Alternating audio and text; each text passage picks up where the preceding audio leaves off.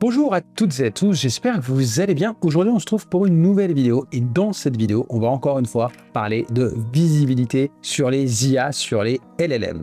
En fait, j'ai pensé à cette vidéo pourquoi ce début 2026, j'ai énormément de demandes de clients pour du SEO, également pour du Google Ads et du Meta Ads, mais vraiment énormément pour le SEO. Et c'est vrai que systématiquement, quand je fais un peu des recommandations de stratégie SEO, ou je fais tout simplement mes propositions d'accompagnement, c'est vrai que tous les clients me demandent en fait aussi d'optimiser leur visibilité sur les IA. C'est sûr qu'en 2026, c'est un peu incontournable, tout le monde en a parlé, il y a eu énormément de personnes qui communiquent sur les réseaux, qui pour se différencier plutôt que se lancer et de se communiquer sur le fait qu'ils sont consultants SEO, en fait ils communiquent sur le fait qu'ils sont consultants géo, donc experts IA, même si au final, et c'est ce que je dis souvent à mes clients, il y a deux choses, c'est que d'une part en fait, si on veut optimiser la visibilité de notre marque sur les IA, dans les réponses tout simplement que ce soit des chats GPT, donc des LLM, des chats, ou que ce soit que les AI Overview, en fait, par exemple de Google, qui vont quand même, à mon avis, très bientôt arriver. En fait, c'est la même chose que de faire du SEO. Du SEO en 2026, c'est plus juste faire du contenu optimisé, du bon SEO on-page et des backlinks, et c'est aussi travailler sa marque, sa notoriété, ses mentions de marque, etc., etc. Donc en fait, c'est la même chose. Mais ça, c'est la première chose que je dis à mes prospects, mais c'est aussi la deuxième chose, c'est que, pas pour tout le monde, mais la plupart du temps, en fait, la visibilité que ta marque a sur les IA, en fait, j'ai envie de dire, on s'en fiche, quoi. C'est-à-dire que si tu regardes déjà pas ta visibilité sur Bing, ne regarde pas ta visibilité sur les IA. Le trafic, il est vraiment extrêmement faible, en fait. Ça va quasiment pas t'amener de trafic, en tout cas direct. Après, ce qui peut quand même être intéressant, évidemment, c'est d'être cité pour des questions de notoriété. Et c'est vrai que, justement, cette semaine, j'ai un prospect qui a un site e-commerce dans une niche. Il y a finalement peu de concurrents. Et c'est, il vend, en fait, je peux pas évidemment expliquer en détail ce qu'il fait, mais en clair, il vend quelque chose d'un peu technique. Et donc, là, on est sur quelque chose où, finalement, ces potentiels clients, je pense qu'il y en a beaucoup qui peuvent passer sur ChatGPT. Parce qu'on est face à des problèmes potentiellement techniques que les gens, du coup, vont peut-être essayer de chercher une solution. Donc sur Google, honnêtement, c'est le genre de réponse, c'est le genre de questions auxquelles on n'avait pas trop de réponses. Sur Google, si vous avez des problèmes en informatique, etc., vous tapez votre bug, vous allez trouver. Mais c'est vrai qu'après, quand il s'agit de trucs plus techniques, mécaniques, sur l'automobile ou quoi que ce soit, c'est un peu plus compliqué. Et c'est là que l'IA, effectivement, peut avoir un intérêt. Voilà, j'ai telle pièce sur tel truc qui fait du bruit, qu'est-ce que tu penses, etc.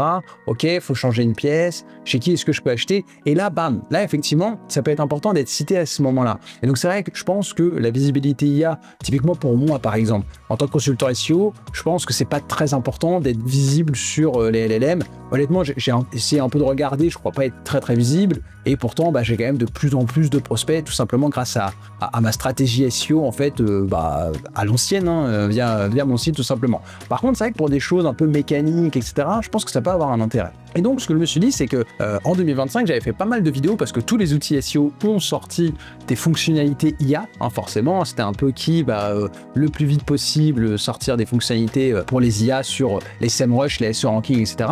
Mais honnêtement, si vous avez regardé ces vidéos, c'était pas vraiment au point quand même leur fonctionnalité, c'était encore assez léger. Et donc je me suis dit, allez, hop, je vais faire une petite vidéo update et notamment sur SEO ranking. Voilà, comment est-ce que SEO ranking du coup peut nous aider à optimiser notre visibilité sur les IA. Il y a eu pas mal d'évolutions sur leur outil. Et donc justement, le but c'est qu'on découvre ça ensemble en vidéo. Donc si vous êtes prêts, on démarre tout de suite. Alors, la grosse nouveauté en 2026 là sur SEO Ranking, au niveau de toutes les fonctionnalités IA que vous pouvez retrouver soit dans la gestion de projet, donc c'est-à-dire que la gestion de projet, c'est vous rajoutez un site web dans SEO Ranking et ça vous permet en fait de gérer tout simplement le projet SEO, donc par exemple de lancer des audits toutes les semaines, tous les mois, de traquer la position sur vos mots-clés, de vérifier les backlinks, etc. Ça c'est vraiment, on ne fait pas une analyse d'un domaine à un instant T, c'est vraiment on suit ce projet-là sur le long terme. Donc vous avez des fonctionnalités IA du coup qui sont ajoutées en parallèle des fonctionnalités SEO, mais là maintenant vous avez aussi des fonctionnalités IA plus dans la recherche, l'analyse par exemple de concurrents. Et notamment, ici, comme vous pouvez le voir dans le menu gauche, on a vraiment un onglet recherche IA. Et donc, si on va dans recherche IA, notamment, ce qu'on a, c'est la recherche concurrentielle pour l'IA. En fait, c'est quoi la recherche concurrentielle? C'est tout simplement comme pour le SEO, c'est vraiment l'analyse d'un domaine de manière globale. Donc, si je mets, par exemple, pour l'aspect SEO, ici, je mets garçonguillaume.com, tac. Vous voyez, en fait, j'ai tout de suite un aperçu, en fait, du SEO du domaine. Donc, j'ai son domaine trust qui estime, du coup, ses backlinks, l'estimation de son trafic organique, de ses listes de mots-clés, de coût total du trafic, des domaines référents, des backlinks, etc. Bon, en fait, la recherche IA, ça va être la même chose. Donc là, si je fais recherche concurrentielle pour l'IA, c'est surtout ça qui est bien. Alors du coup, là, je vais mettre garçonguillaume.com. Alors, on va voir ce que ça m'a donné. Honnêtement, j'avoue que j'ai pas vraiment essayé de tester trop en amont, mais voilà, vous voyez ici, on a vraiment quelque chose d'intéressant. Alors, ici, il a estimé... tac, je vais essayer de mettre... Alors, vous voyez, là, essayer de trouver une marque. Et donc, la marque qu'il a trouvée, c'est Guillaume. C'est pas très pertinent, parce que bah, ma marque, c'est pas Guillaume. Donc là, je vais plutôt mettre Guillaume Garçon pour voir, parce qu'ici, il nous a mis des informations intéressantes, mais si ça ne me concerne pas moi, finalement, ça m'intéresse pas trop. Voilà. Donc là, ici, quand on met Guillaume Garçon, voilà un peu les données qu'il nous met. Donc, il dit qu'on a eu 7 mentions. Donc, les mentions, c'est quoi? C'est le nombre de fois que votre marque ou expression apparaît dans les textes aperçus AI. Donc ça, je pense que c'est tout ce qui est AI Overview de Google. Présence de liens. Donc, indique à quelle fréquence votre domaine analysé est lié dans les textes aperçus IA. Donc, en fait, est-ce que votre site est utilisé comme source par l'IA? Et donc, bah, en fait, elle fait un lien dans les sources. Alors, attention, qui une présence de lien? Là, on peut se dire, tiens, 542, c'est cool. Bon, en même temps, c'est juste qu'il y a un lien qui est cité comme source. Ça veut absolument pas dire que l'utilisateur, en fait, va cliquer sur le lien, et d'ailleurs, certainement pas. Donc, la position moyenne, 10,7. Bon, la position moyenne des liens liés à votre marque ou expression dans les textes aperçus AI, bon, 10,7, je pense que c'est pas terrible. Et le trafic estimé, AI Overview. OK, donc ça, assez intéressant. Il y a une évolution aussi dans le temps. Ça permet de suivre un peu dans le temps ce que ça donne. Et là, vous voyez, c'est les prompts sur lesquels potentiellement on apparaît, du coup, sur Google. Donc, outils reporting SEO. Sachant que c'est en France, donc j'imagine qu'il commence à y avoir des AI Overview Google en France, hein, du coup. Donc, vous voyez, ça, en fait, c'est les mots-clés, tout simplement. Il y a le volume de recherche, d'ailleurs, donc outils reporting SEO. Et donc, on voit que quand quelqu'un tape ça, Google lui répond ça. Voilà, pour le reporting SEO, plusieurs outils sont utiles, chacun ayant ses propres forces, blablabla, Search Console, machin, bidule. Et donc, du coup, vous voyez, ici, c'est les sources qu'il a utilisées, et vous voyez que je suis là. Voilà, dans ma page freelance SEO. Mais attention, ça ne veut pas du tout dire, à mon avis, en fait, ça ne vaut quasiment rien. Parce qu'en fait, là, l'utilisateur, il cherche des outils SEO, il voit la liste d'outils, et c'est tout. Et il ne va pas cliquer sur les 10 sources, c'est évident. Et puis, s'il regardait les sources, peut-être qu'il irait chercher des sources sur des gros sites et pas sur mon outil. En tout cas, hyper intéressant, ça permet de voir quand même sur quels mots-clés est-ce que potentiellement on a des liens. Donc franchement, ça, c'est assez cool. Alors après, là, on est sur les AI Overview, mais par exemple, si je fais ChatGPT, tac, et que je mets Guillaume Garçon, parce qu'à chaque fois, en fait, quand tu lui mets un nom de domaine, il essaye de détecter la marque, parce qu'en fait, sur les IA, en fait, ce qui est important, c'est les marques. C'est pas les noms de domaine, hein, c'est pas comme en SEO. Et du coup, ce qu'il y a, c'est que moi, bah, quand je mets mon nom de domaine, il dit que la marque, c'est Guillaume Garçon. C'est Guillaume tout court, pardon, et pas Guillaume Garçon, ce qui est un peu dommage. Donc là, on va être plutôt sur Guillaume Garçon. Et alors là, pour ChatGPT, bon, OK, how to write Google Ads. Donc apparemment, bah, donc OK, donc là, c'est plutôt un prompt d'anglais qui dirait, tiens, comment écrire des Google Ads en France, quoi. Bon, apparemment, je suis cité. Alors, est-ce que je suis en source? Est-ce que je suis cité en source ou est-ce que... Où est-ce que je suis cité là-dessus? Ouais, c'est ça, OK. Je suis dans les sources ici. Freelance Google Ads, OK. Donc, intéressant. Bon. Après, là, je suis pas très, très visible. Et après, ici, c'était un gros prompt. What link building strategy, do search engines. Bon, un peu moyen. Alors, le mode IA, ça donne quoi? C'est pas trop. Gemini. OK, Gemini. Mais par contre, à chaque fois, il faut qu'on remplace la marque parce que clairement, je sais pas si on peut mettre... Ouais, non, on peut pas mettre un... meilleure formation WordPress. Tiens, c'est assez intéressant. Sur Gemini, du coup, je suis cité. Hop, je vais mettre ma caméra là. Et formation certifiante. Tac, tac, tac. Et alors, est-ce que je suis cité ou est-ce que je suis comme... Parce que là, je vois pas trop... Ah oui, d'accord. Udemy, cherchez les cours formateurs comme Alexandre de WebMyDay ou Guillaume Garçon. Attendez, les promotions souvent autour de 15-20 heures, je sais pas quoi, pour un contenu très complet de plus de 10 heures. Ah ouais, c'est plutôt pas mal. Ouais, ici, je suis cité du coup sur Gemini. Alors, je pense qu'il n'a pas forcément accès à tous les prompts. Et du coup, on a aussi Perplexity. Donc là, encore une fois, on va être sur Guillaume tout court, donc c'est pénible. On va mettre Guillaume Garçon. OK, donc bah là, voilà, sur Gemini, sur Perplexity, je suis quand même pas mal cité en source. Top Buzz, c'est quoi? Top Buzz en français désigne... Ouais, et on voit qu'en fait, c'est ma définition du mot buzz qui apparaît dans les sources. Donc, c'est plutôt pas mal. Mais après, là, c'est le genre de prompt. Je ne pense pas, évidemment, que l'utilisateur, en fait, va va aller cliquer sur la source, hein, Rich Definition Marketing. En fait, voilà, moi, j'ai cette définition, mais en fait, justement, ce que veut l'utilisateur, c'est la définition vue par l'IA. Alors après, si ce que l'IA lui a rédigé, ça lui convient pas, l'utilisateur peut être amené à aller chercher dans les sources, en fait, vraiment les sources de la réponse IA pour avoir plus de détails. Mais en vérité, combien d'utilisateurs vont faire ça? À mon avis, très peu, quoi. Mais bon, c'est quand même très intéressant, parce que vous voyez, dans les premières vidéos, déjà, on avait de la donnée que pour ChatGPT, on n'avait pas trop d'AI Overview. Alors là, je vais essayer, je sais pas si on peut mettre une marque, mais si je mets Decathlon, tac. Ok, decathlon.fr, permuté. Alors, qu'est-ce qu'il fait? Alors, je vais retourner dans recherche IA, recherche concurrentielle pour l'IA. Et donc, en fait, c'est presque dommage que vu qu'il cherche une marque, il faudrait qu'il nous propose en fait directement d'indiquer la marque. En fait, ce serait bien plus intéressant. Mais du coup, c'est pas grave. Voilà. Donc, vous voyez, en fait, je suis obligé de mettre le nom de domaine et là, il détecte la marque.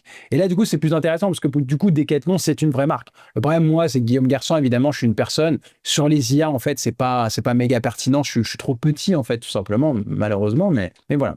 Donc là, on voit tout simplement le nombre de mentions sur, du coup, je pense, les AI Overview, parce qu'on est vraiment sur les AI Overview, la présence de liens. Donc ça, c'est assez intéressant, du coup, de voir l'évolution. Une estimation du trafic des AI Overview. Alors là, honnêtement, sur le trafic depuis les AI Overview, je pense que c'est vraiment très expérimental. Alors, sur février, de toute façon, en plus, le mois, on est le 5 février au moment où j'enregistre la vidéo, donc évidemment, c'est pas très, très pertinent. Mais voilà, on voit les prompts. Et là, pour le coup, il y a beaucoup plus de données. Et du coup, je pense que c'est beaucoup plus intéressant.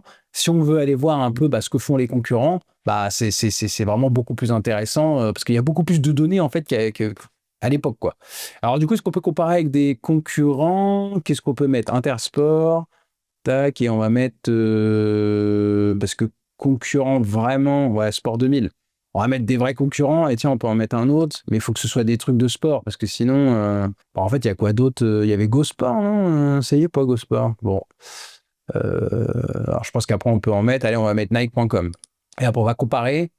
Et là, je pense que c'est assez intéressant, notamment pour faire des audits, je pense, si vous voulez vraiment comparer en fait votre visibilité sur les IA versus vos concurrents. Voilà, on voit, je me doutais que Decathlon était trop fort, mais effectivement, mots-clés donc là, du coup, vu que c'est les AI Overview, c'est un peu les mêmes mots-clés que le SEO. Hein.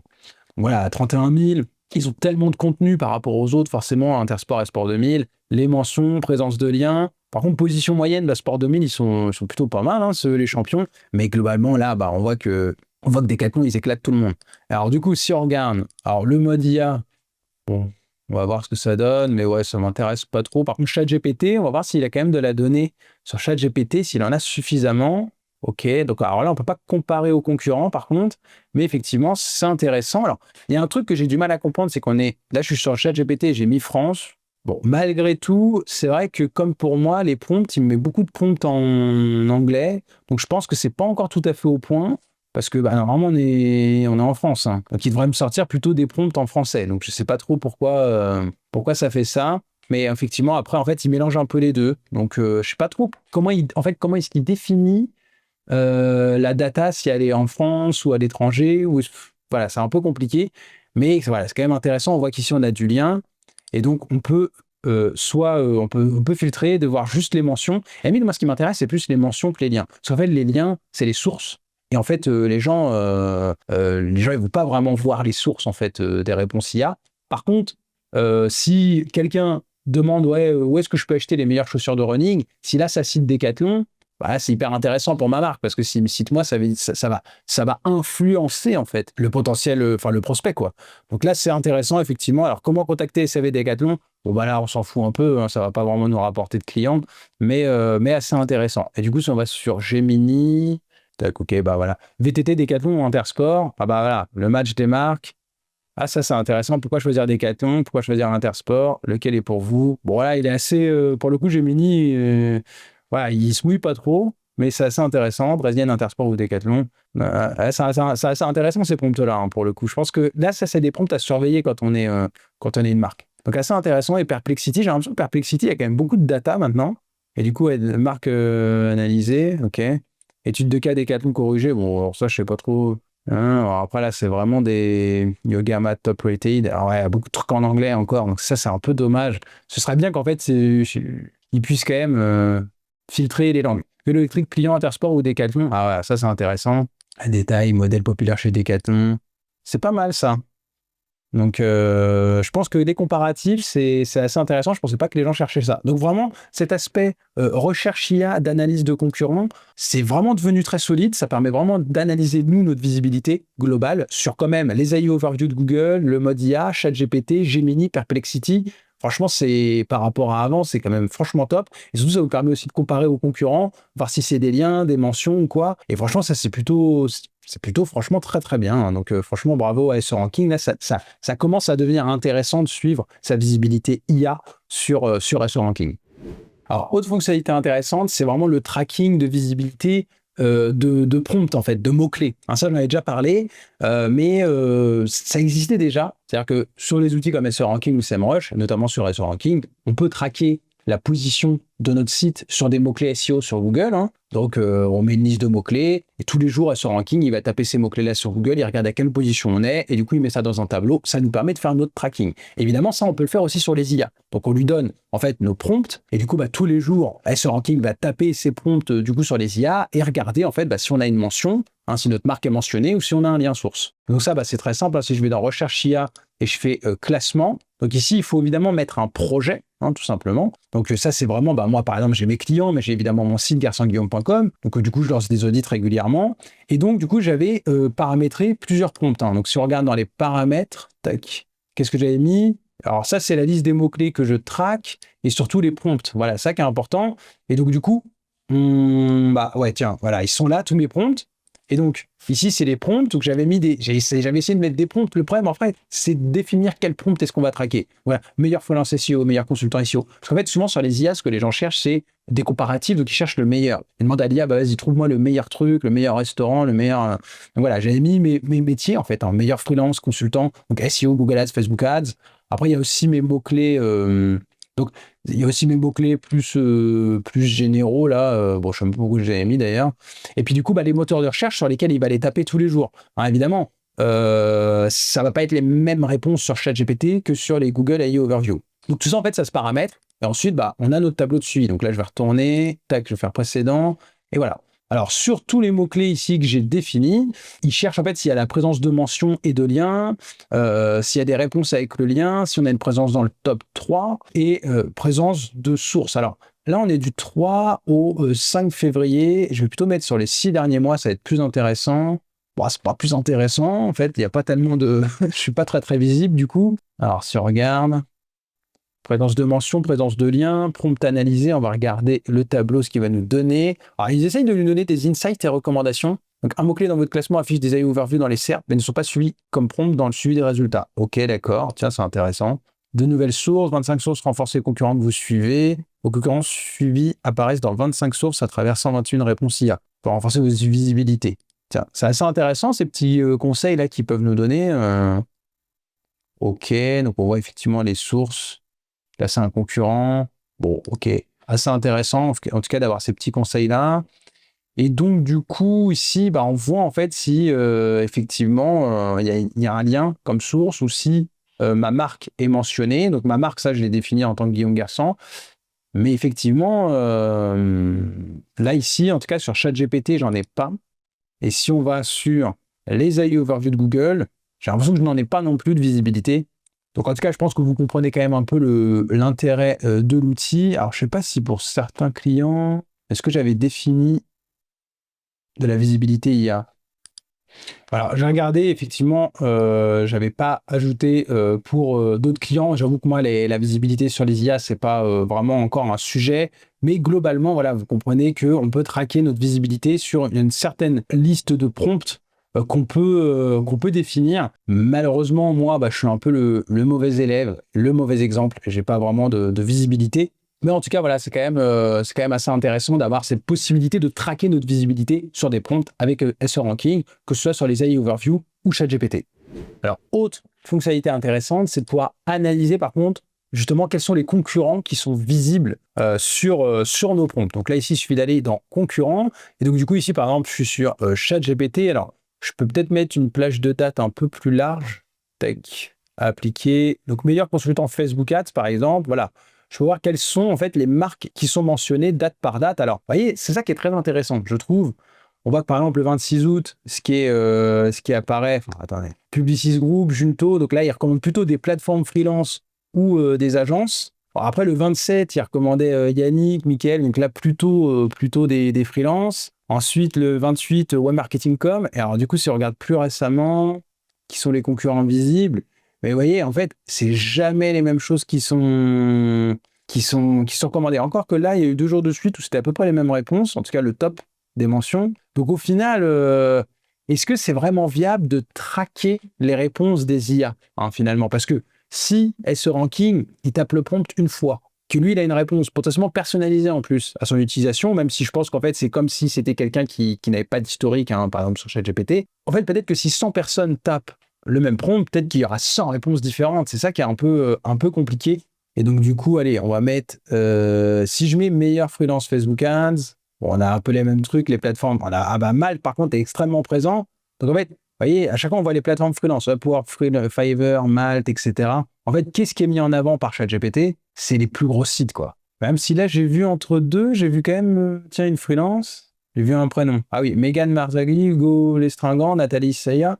Alors, c'est intéressant ça, parce que si eux étaient vraiment très visibles, je pourrais me dire, moi, en tant que freelance, tiens, je vais aller regarder ce qu'ils font, leurs backlinks, leurs mentions, comment est-ce qu'ils communiquent en fait sur Internet, pour me dire, je vais m'inspirer de leur technique, voir un peu ce qu'ils font. Mais au final, ils ont été visibles une journée, donc on ne peut pas vraiment dire que ce soit... voilà, je pense pas qu'ils fassent quoi que ce soit qui est bien. Après, sinon, comme on peut voir, c'est les gros sites. Il y a eu encore une journée, tiens, où il y a eu des freelances, là. Ouais, ça regarde récemment. Ouais, c'est toujours Upwork, Malte, etc. Donc en fait, qu'est-ce qu'on fait? Soit moi, je suis moi-même, en tant que Guillaume Garçon, en tant que freelance, je n'aurai jamais la notoriété de Malte, d'Upwork, de LinkedIn, de freelancer.com, etc. Par contre, si moi je suis une plateforme freelance, pareil. Une plateforme freelance, en fait, qu'est-ce qu'on voit là? C'est qu'en fait, c'est les plus grosses plateformes, les moins spécifiques, les plus généralistes, mais qui ont le plus de notoriété, qui sont classés en premier. Upwork, Malte et tout, c'est surtout de la quantité, c'est les gros annuaires. Donc en fait, encore une fois, c'est les gros sites qui sont mis en avant. Donc c'est quand même intéressant. Voilà. Est-ce que sur ces prompts-là, est-ce qu'on a une carte à jouer? En tant qu'outsider, en tout cas, finalement, non. Et on ne peut pas dire que Malte soit méga fort en visibilité IA. Malte, ils sont juste super forts en communication, ils ont une très grosse notoriété, et donc, naturellement, ils sont très, très présents sur les prompts. Alors, du coup, on peut aussi voir sur les AI Overview, et alors là, les AI Overview, il n'y a pas d'AI Overview sur ces requêtes-là. Donc, attends, ouais, parce que là, je suis aussi il y a longtemps, mais effectivement, non, il n'y a pas encore d'AI Overview là-dessus. Après, ce qui est intéressant, c'est qu'on voit justement, par contre, ensuite, le top 20 des résultats organiques. Donc, c'est assez intéressant. Et on voit que meilleur consultant SEO, Quick, qui est un formidable outil d'audit SEO dont j'ai fait la démo sur la chaîne, effectivement, est très bien classé là avec son comparatif. Donc, c'est très, très fort. Mais bon, bref, on s'en fout, c'est pas le sujet.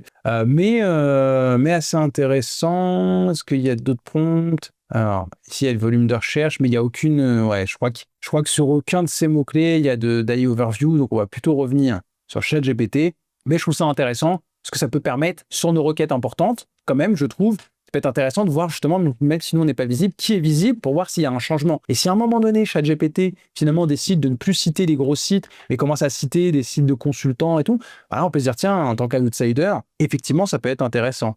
Donc, si je mets quelle est la meilleure formation SEO, qu'est-ce qu'il recommande? Des gros sites, Université de Paris. On voit quand même qu'il y a eu du changement. Là, SEO Camp, Open Classrooms. Il faudra étudier, en fait, pourquoi est-ce qu'il y a eu ces changements.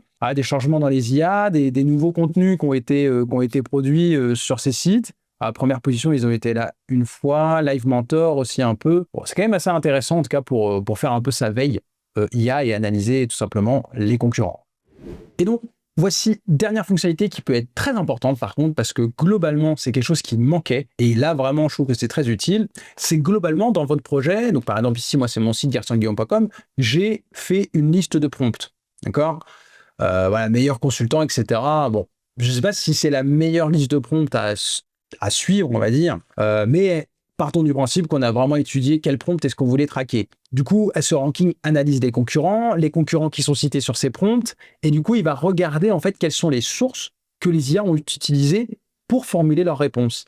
Et donc, le fait que des concurrents soient présents sur ces sources, sur ces articles, potentiellement ces contenus, ces pages web, et que nous, on en soit absent, C'est ce qui explique en fait qu'on ne soit pas visible dans les réponses des IA. Et donc voilà, justement, vous avez cet onglet source qui est très intéressant.